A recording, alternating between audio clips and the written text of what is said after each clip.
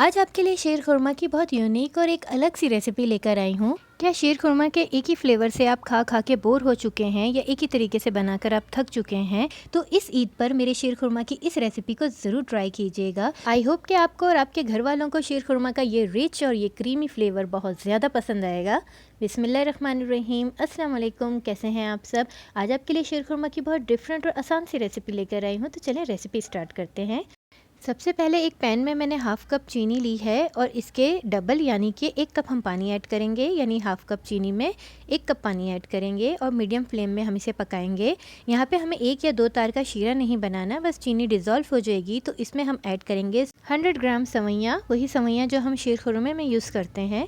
सवैयाँ add करने के बाद इसे बस हल्का सा मिक्स करेंगे शीरे के साथ। इस तरह से सवैयों को मैंने 1-1 इंच के पीस में तोड़ लिया था।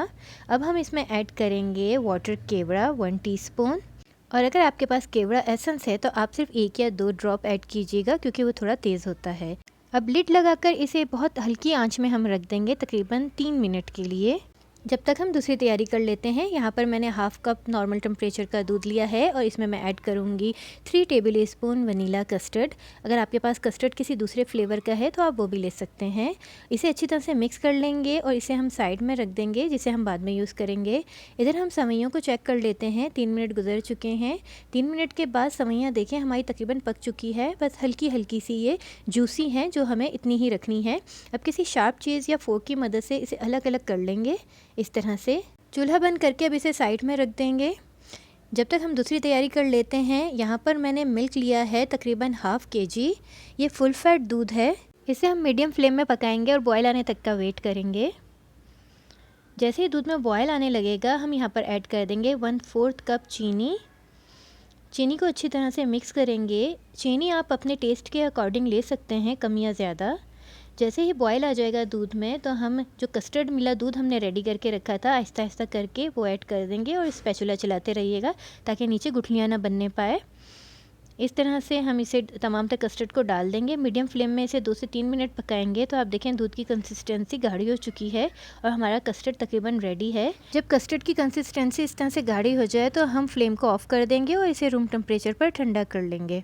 अब यहाँ पर हम ले लेंगे क्रीम। मेरे पास यहाँ पे विपिंग क्रीम है विपी विप की। अगर आपके पास फ्रेश क्रीम है तो आप वो भी यूज़ कर सकते हैं।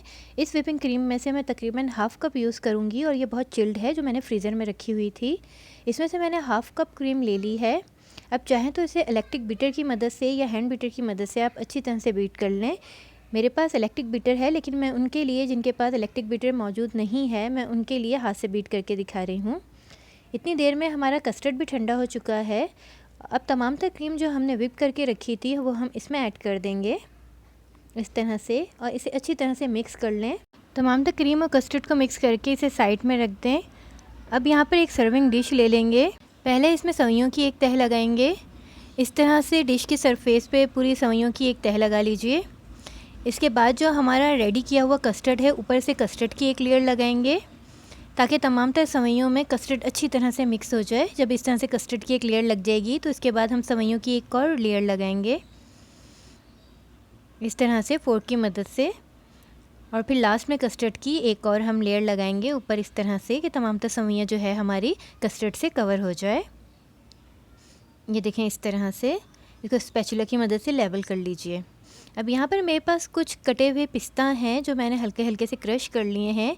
इसमें मैं ऐड करूँगी 1 टेबल स्पून डेसिकेटेड कोकोनट, जिसका बहुत ही अच्छा फ्लेवर आएगा। इन दोनों को मिक्स कर लेंगे।